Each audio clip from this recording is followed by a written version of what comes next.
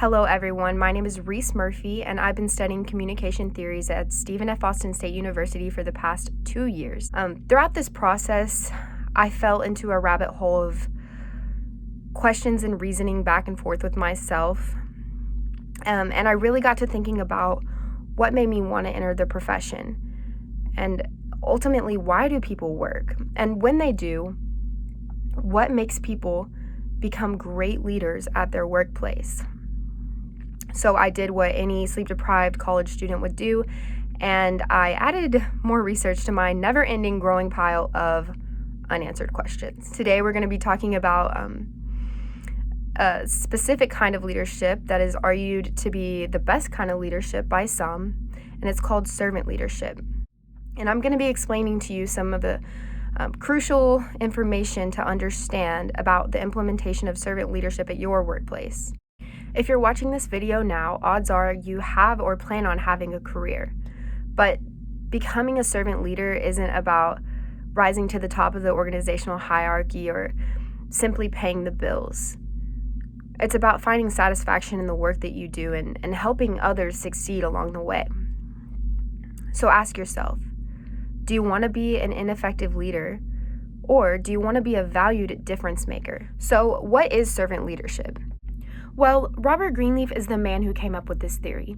He emphasized the idea that a servant leader is an individual who begins with the desire to serve first. He stated this in his 1970 publication of The Servant as Leader, which is a seminal essay that proposed servant leadership as the best kind of leadership. According to Greenleaf, it's this desire to serve first that draws an individual to his or her role as a leader, and it's based on an ethical sense of self-awareness. His description sees the leader as an individual who places the needs of others in high priority.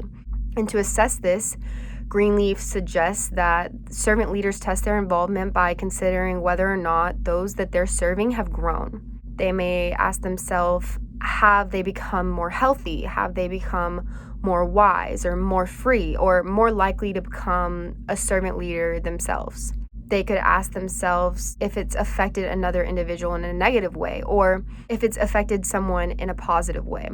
As servant leadership may come naturally to some, it's holistically seen as a behavior that can be learned or developed. And I get it, Greenleaf's theory is great and all, but what's in it for you, and why is it beneficial to implement servant leadership within your workplace? Well, there's a couple of reasons. And first, we're going to look at the organization as a whole.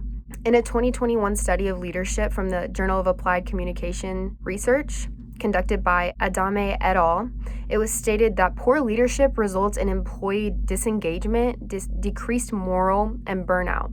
But evidence shows that skillful leadership can mitigate these outcomes. So the link between successful leadership and the organization as a whole can be easily inferred, just as variables created by poor leadership can contribute to the overall failure of the organization. Outcomes of successful leadership contribute to the organization's success. And supporting this notion, Gandolfi and Stone claimed in their 2018 publication in the Journal of Management Research that servant leaders at their core are those individuals who develop and empower others to reach their highest potential.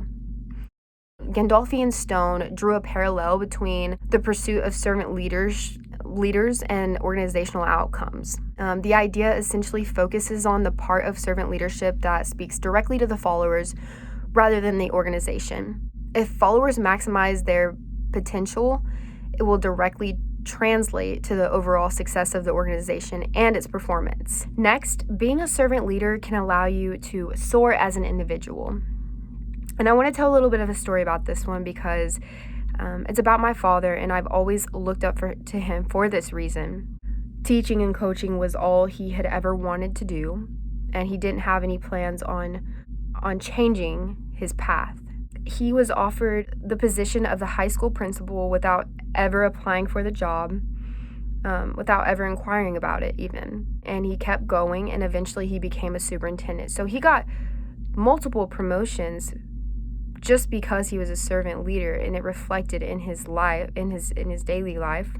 What can servant leadership do for you? It can take you places that you never thought you would go.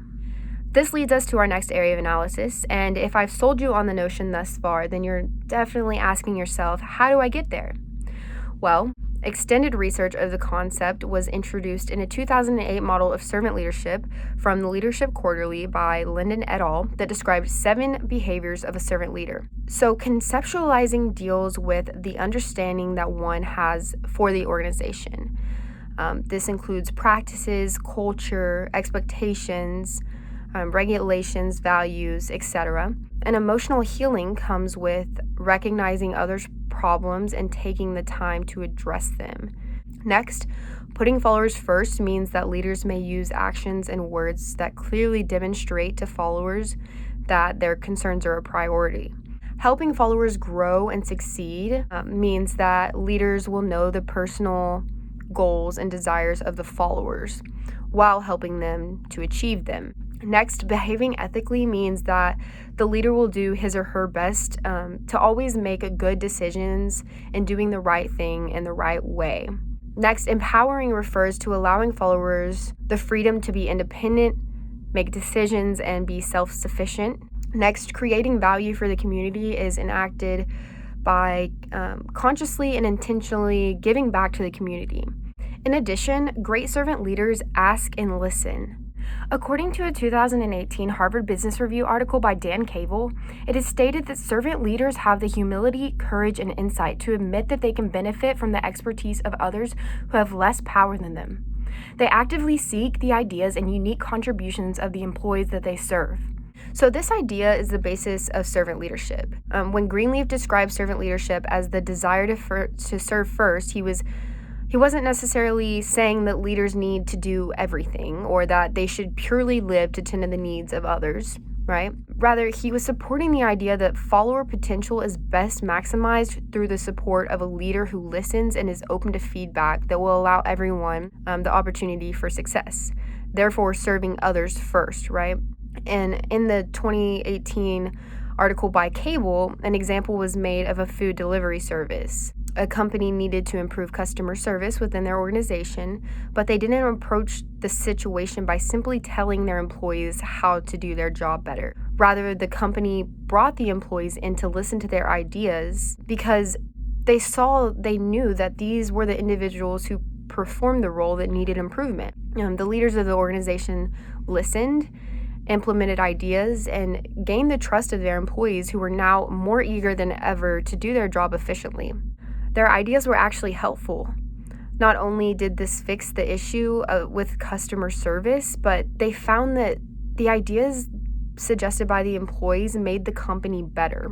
So now you have a better understanding of the what, how, and why of servant leadership, right? Within this video, we discussed servant leadership according to Greenleaf, what servant leadership can do for you, and the behaviors of a servant leader. By watching this video, you can now take this information and use it to implement servant leadership into your own work practices. I hope that you enjoyed this discussion, and the next time that you find yourself struggling with leadership in general, just refer back to the principles of a servant leader. You might just find that there's never been a successful leader without its followers.